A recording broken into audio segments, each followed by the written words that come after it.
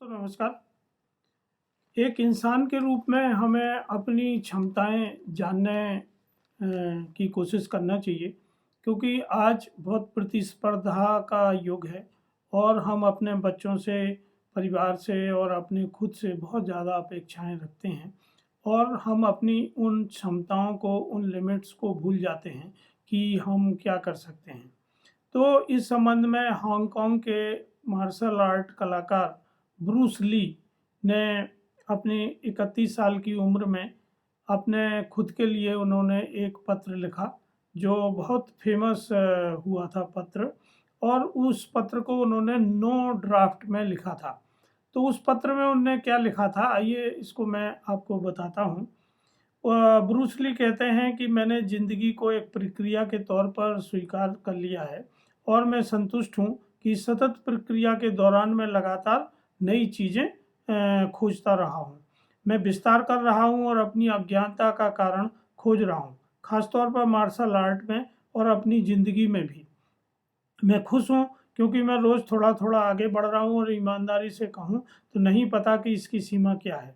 हर दिन कुछ नया पता चलता है, जबकि हालांकि जीवन में संतुष्टि आना बाकी है। अब कोई आकार कहे कि देखो ये चीज़ वास्तविक है। मार्शल आर्ट से मेरा तात्पर्य है हमारी व्यक्तिगत आत्मा की अभिव्यक्ति, वो भी बिना रोक टोक के। मेरी इंसान की आत्मा में ही रुचि है। मैं खुद को अभिव्यक्त करने के लिए उन्मुक्त रूप से जीता हूँ।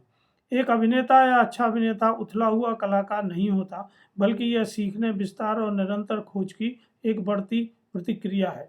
अभिनय में गुणवत्ता होने का मतलब है कड़ी मेहनत, बहुत सारा दर्द और बहुत सारा समर्पण।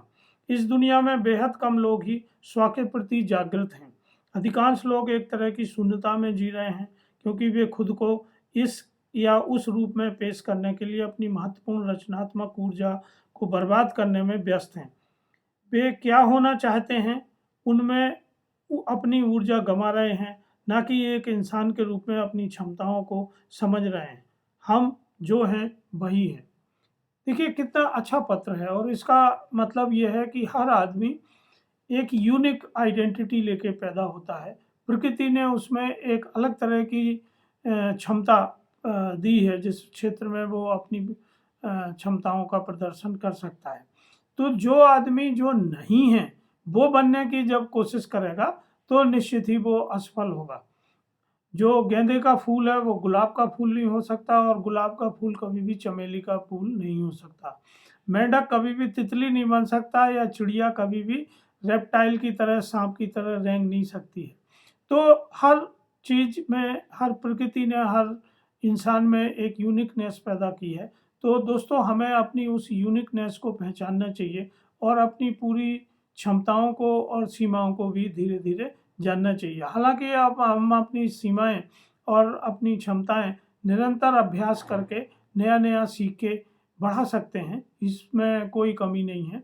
और हमारे माइंड में भी एक न्यूरोप्लास्टिसिटी होती है जो हमें अपनी क्षमताएं बढ़ाने में मदद करती है। शारीरिक मसल्स भी हम बना सकते हैं, स्वस्थ रह सकते हैं, किसी भी तरह से हम ढल सकते हैं। पर ज़रूरी ये है कि हम अपनी सीमाओं में रहते हुए अपने रुचि के क्षेत्र को जानते हुए उस काम को करें, तो निश्चित ही हमें सफलता मिलेगी। और ब्रूस ली के इस पत्र से हमें निश्चित ही प्रेरणा लेना चाहिए। नमस्कार, धन्यवाद।